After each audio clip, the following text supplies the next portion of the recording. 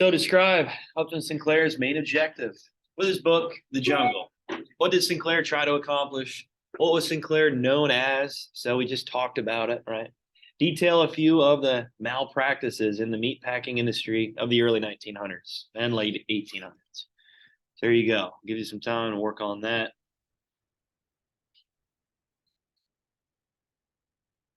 If you haven't done so already, please turn in your assignment. I'll be grading that later today. That also will be on the third marking period.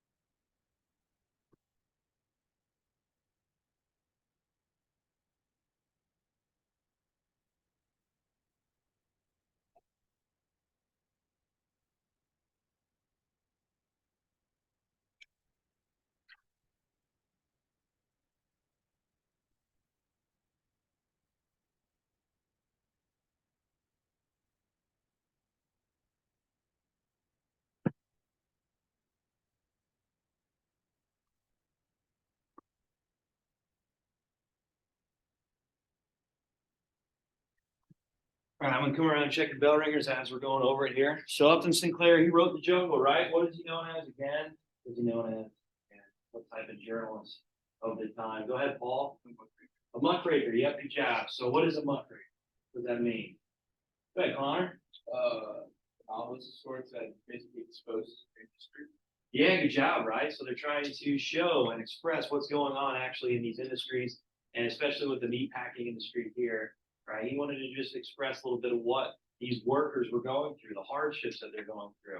And, well, it came out that these unsanitary conditions was one of the biggest shocks for people when they're reading Jungle. Good, good. All right, for these muckrakers, it's not just, let's say, the meatpacking industry, it's all around. Right? It's all around when it comes to safety, procedures, when it comes to regulations in the workplace. A lot of it just wasn't there. It's not like OSHA today, right? Where it's making sure they have a guideline and regulations of what can be done, what can't be done in the workplace. All right, so yeah, Sinclair, he wrote quite a bit about some of these harsh conditions. So what were some of the examples in The Jungle that you read about yesterday? And with the video, you can maybe explain and what we talked about a little bit already. What are a few examples? Parker, go ahead. Factories were hardly ever. Yeah, good job, right? So when it came to working with meat, obviously it gets dirty in a while to attract rodents, mice, rats, you name it, right? And with that, you need to make sure it's sanitary. You need to make sure it's clean. Meat after a while, it spoils, especially if you don't have the right refrigeration system. And back then, in the late 1800s, early 1900s, it's not like they had that. So yeah, it was difficult just trying to keep it from spoiling. And with attracting these rats and rodents, you can see them burrowing into the meat, finding a home and finding an unlimited supply of food for them. And so with chopping up the meat, sometimes you might get a rat in there, right? You might chop up something, you might mix in within the meat that you're packaging up, sending off to the grocery store. Also, you got to imagine, right, when you're cutting a lot of this meat here, trying to do it at a fast pace, trying to do it as efficient as possible, you might lop off, let's say, a finger, right, a thumb. That might find its way in some of the packaging as well. Pretty gross, right? Disgusting. Disgusting. So that's something to know. What else? What else?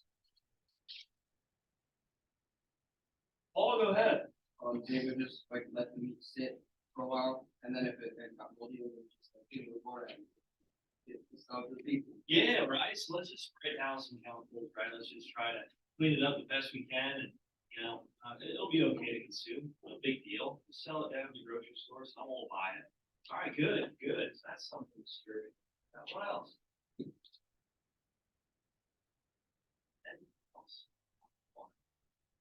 You think they had sick days back then?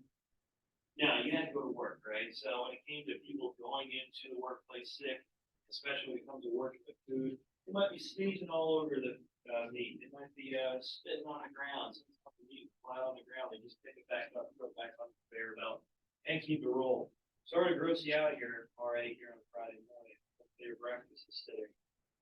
Oh, geez, Thursday. Oh my gosh, it's the last day of the week here. So that's what I'm thinking Friday. Yeah, so yeah, you can imagine them just spitting on the ground, snotting all over the place, and oh man, geez, can you imagine? Can you imagine? Anything else? Anything else here in The Jungle that we can talk about? All right, so this was just one of the negative effects of the Industrial Revolution, right? We talked quite a bit about urbanization already. What is urbanization? What does that mean? What's urbanization? Go ahead, Paul. Like the moving people from more rural areas to urban areas. Yeah, good job, right? So these people that are losing some of their jobs, right? When it came to these wealthy farmers buying up the land, well, they need to find a new way of life. So as they're moving these factories and industries to make a wage, to find a living, let's say, this is causing a huge population to migrate to these industries and factories, creating cities, right? We already talked about urbanization with the overcrowding conditions, how people are literally jam-packed on top of each other. So yeah, that's going to cause some issues. That's going to cause some problems when it comes to just getting rid of waste, getting rid of garbage, right? When disease and sickness is spread all throughout, right, these areas, because people are literally on top of each other. All right, good, good. Anything else? Anything else? So yeah, we talked a little bit about how women, when it came to their opportunities in the workplace, not really there at first, but when we get closer to World War I, which we'll talk about, women start to see more opportunities for themselves because their time in the factories as the men were out fighting and on the battlefield. So that's something to note. That's something to note. Who else was finding their way into mines and the industries, working in the factories for little pay? Who else did we talk about?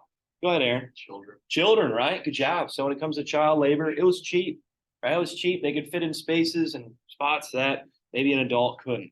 So that's something to note too when you think about this industrial age. Children were used pretty heavily in the industry. It's not like they're gaining an education. They're doing these jobs that were monotonous over and over and over again. That would drive someone crazy. And like I mentioned, with the harsh conditions, with the mines, especially with the breaker boys, that's something to talk about too with these negative effects. All right, are we good with the negative effects, the Industrial Revolution? Okay, good. All right, so we're going to move on here. A few of these terms are repeated from other chapters, but some of these terms are going to be looked at in a different way, different manner. So I want to make sure you have them down. And then when we return, when we come back, we will talk about German unification and moving into imperialism. So this chapter will end. This chapter will end with your game. That'll be cool. Yeah, that'll be cool. All right, so there you go. Adam Smith, we already know him, right? What do you know Adam Smith for? Remember, replace the S in Smith with the money sign. Yeah? Anybody? Oz, do you remember? Uh-oh. Capitalism. All right, good job. Capitalism. We already talked about Adam Smith already with capitalism. We already talked about The Wealth of Nations, his famous work, detailing about how the government should stay out of the workings of the economy. Laissez-faire, what does that mean? Laissez-faire. What does that mean? What does that mean? Matt. The invisible hand. The invisible hand. Yep, good job. So again, how the government should stay out of the workings of the economy. Good. So that the marketplace should regulate supply, demand, price, and not the government. All right. So as you move down this list here, you'll see how government maybe should be more involved in these economic systems here. So all you guys work on those terms. This is going to set us up for World War I here, moving into it. So yeah, I want to talk about German unification. I do want to talk about imperialism yet, but we should be able to finish this chapter up by the end of next week. So, test is coming here soon. On the horizon.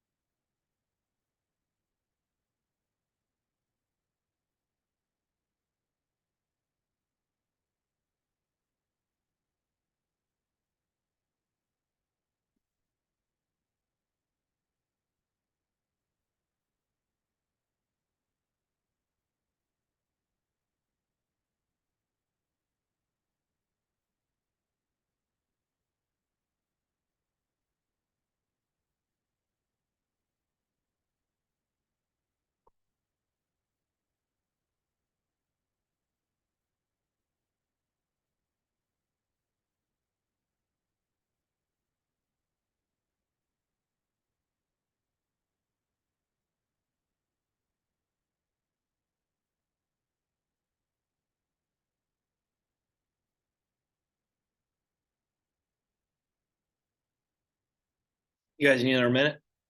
Okay, one more minute.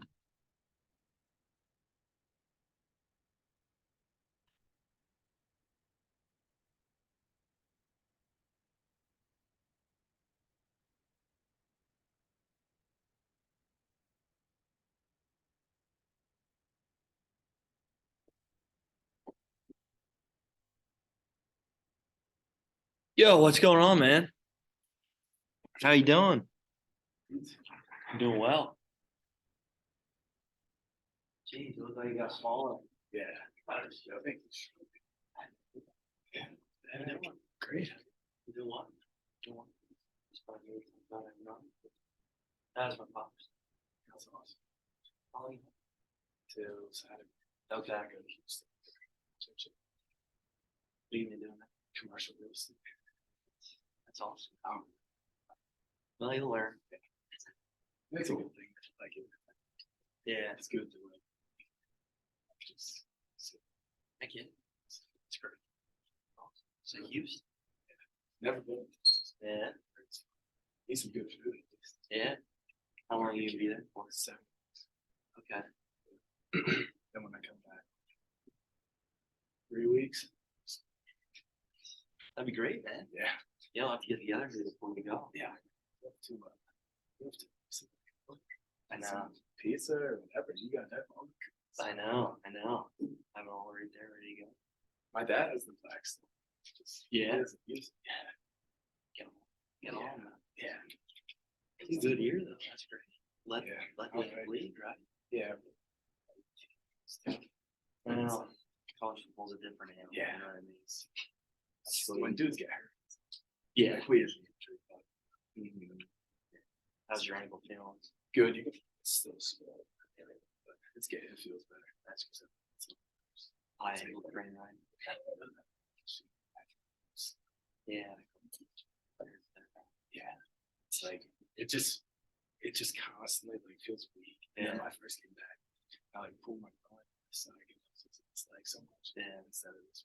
Mm-hmm.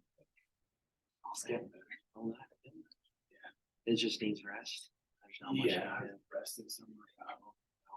Working it all the time. So it's getting more flexible. It's just it feels good. Squat this way. Yeah. You go up and like your heel comes up. Uh-huh. Well, hey, let's are you gonna be Mr. Price? Yeah. Okay, I'll find you here right after. I got like 7 minutes here. Okay. All right, I'll find you there. Yeah. Thanks. Thanks for stopping in here. Yeah, I'll find you. I'll find you then. I got to talk about economic systems here. Yeah. We're recording, like and subscribe. You're a subscriber, right? Yeah, let them know. Yeah. Oh yeah, see, yeah, see, he remembers. All right, anyway, ideas about economics here. Moving on. So economics with this industrial revolution, right? We see a lot of change when it comes to production, when it comes to supply, demand, pricing, and how this world is changing so quick, so fast. Right? We talked about the negative effects of the industrial revolution. Now we're going to focus a little bit more on this economic systems that start to emerge and start to really challenge the dynamics of political structure. So when we get to World War One, towards the end, as the United States is joining in, another power is leaving. What power do you think that is? Because they're going through their own revolution. They're going to form a new type of government. That's something new. And it's going to spread fear, paranoia across the world. Does anybody know? To challenge the capitalist partner. Communism, yep, good job. So that power is known as Russia. So we'll talk about Russia here soon enough and how they form as a Soviet Union right towards the end of World War One. And it's going to cause, like I said, a lot of fear, a lot of paranoia that this system could spread all across the world, especially in the United States, and break it down internally. All right, we already talked about Adam Smith. You guys remember talking about him? The Enlightenment thinkers? Yeah, okay. So we don't need to focus too much on Adam Smith. The main thing to note is that he is a firm believer in this capitalist system, how the government should stay out of the workings of the economy, and how with this laissez-faire system, the invisible hand, right?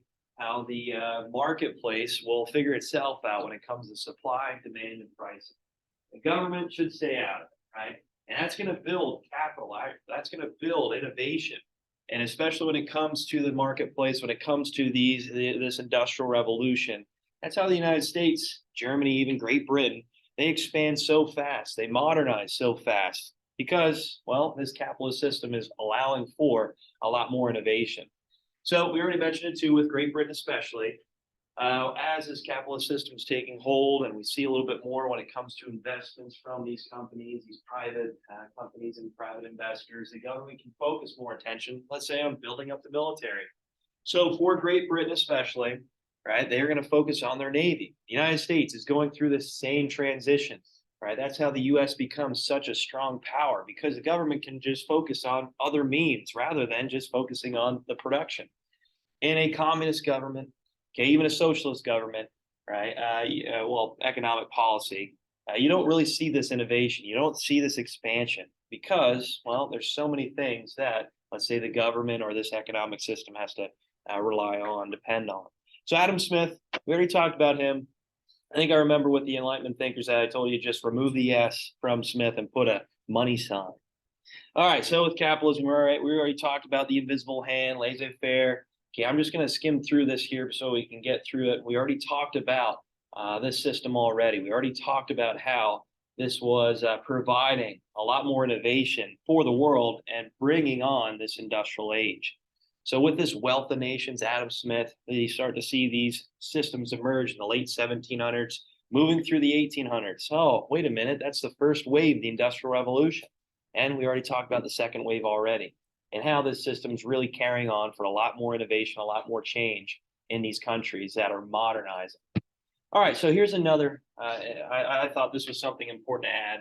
There's a lot of views too when it came to this industrial revolution, this agricultural revolution with the production of food, right? We need to make sure we had a high production of food because with the population growing, there's a fear that the population would just grow so big, so large that we won't have the ability to just feed people.